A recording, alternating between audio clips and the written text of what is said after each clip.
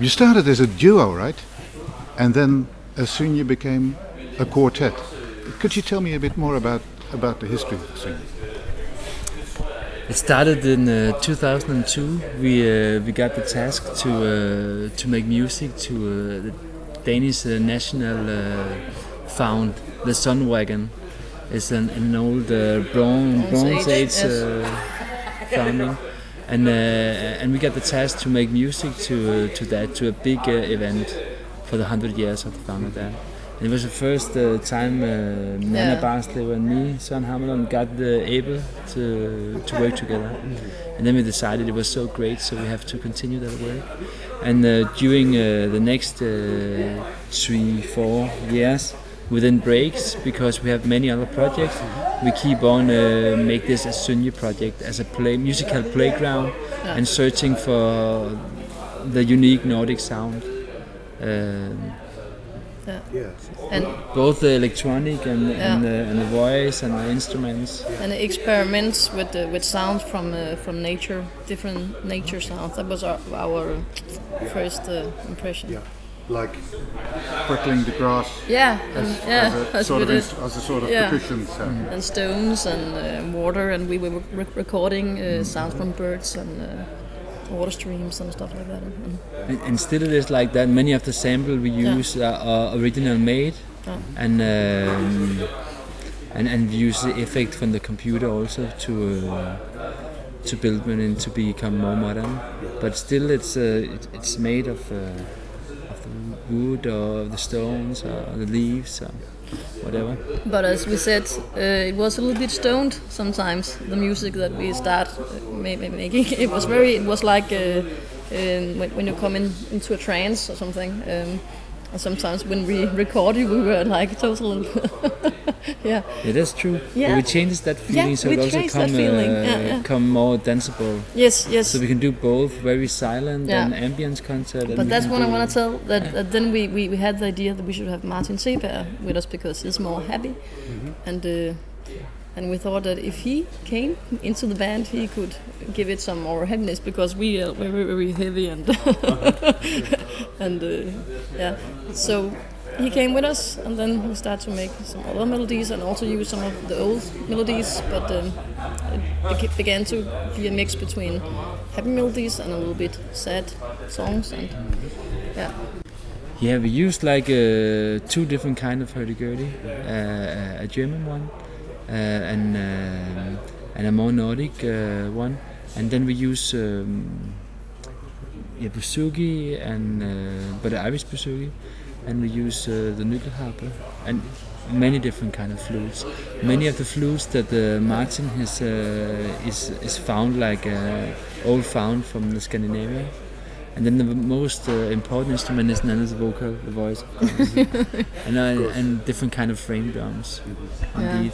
And a lira, a Viking lira, is very old found from Denmark. Yeah, so we have so many different instruments, so it's like many things to watch through at the concert. It's almost like a scenography. I think when we talk about the inspiration for the music, we can talk about a lot. We can talk about the Viking period, the poetic Edda, and we can talk about the Scandinavian folk music in general, and also the Nordic ballads, medieval ballads, and still searching for this Nordic ancient tone, because it's in Denmark at least we have no continuary musical history. It was broke up and split in the first time in the 1700s, and then again in the 1900s. Why was it broken? Why was it split? This history? It's a really long story. Okay.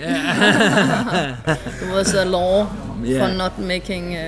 Oh, really? There were only a few people who were allowed. I don't know what it's called. This stadsorkester. Yeah, it's true. It was music of the king in 1700th century. That there was a time period in Denmark where the king, he was ruling all the land, and there was a fight between the church and the king during all the medieval and Renaissance. But one period after the Renaissance, there was a king ruling the whole country. In that period, he had the idea he wanted to lift up the music culture. And at the same time, it became hvordan siger man undertrykke? He also killed the culture of the people's music, because it was only allowed for the king's musicians to play music, and at wedding, at the seasons feast, at every kind of feast hold, and there were not so many musicians as there were parties. So imagine lots of music was not allowed anymore, and in that period all kind of ancient instruments was kind of disappeared, so you only have classical instruments after that period. And you had a culture that was not Danish, because it was a German culture that they moved up to what you call normal Danish fiddle tunes today. So that's one of the points. And the other point is even later, where it was not even allowed to play music at all. But it was when the time was the church were ruling, and they wanted a totally pure. But it was still culture. Living in the folklore, in folklore, and later written down in the 18th century, something like that. But you talk about the inspiration also in the music, because the nature is also a very big inspiration for us, the Nordic nature, and these old texts that you talked about, the Poetic Edda from the Viking period, is still that's written down, and when we make songs, we see the text, and then a melody spring out from this text, because there is no melody for it. There is no melody, but it spring out. See the text, and then when it just come out. And the same when sometimes we find older spells in old book with witch spells, on just good old folklore spells, and then there also spring some texts, some melodies out of the text, and sometimes a little bit can be a little bit frightened. We can be frightened to sing some of these, but so we choose the good ones. It always works in a positive way. Yes. One of our tunes is To Come Down Fire. And when we have played that, it sometimes starts raining. Really? Yeah. And the first song we will play, it was a hymn to the sun.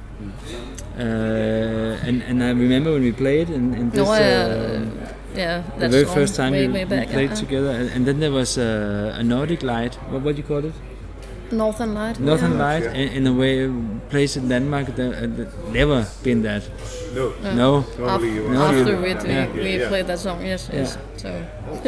So it of course it's not just a song, but you never know anyway.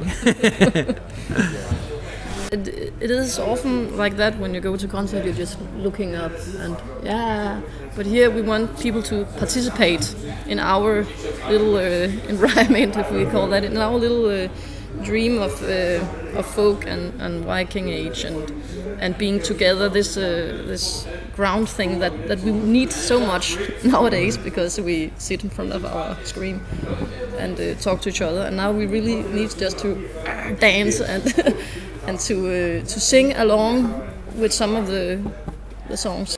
Well, we hope to see you again sometime soon in the Netherlands. Yeah, we would love to come. We would love to come. We love to come to the Netherlands. Thank you both very much. Thank you. Welcome. Just give us a list of folk festivals. Yes.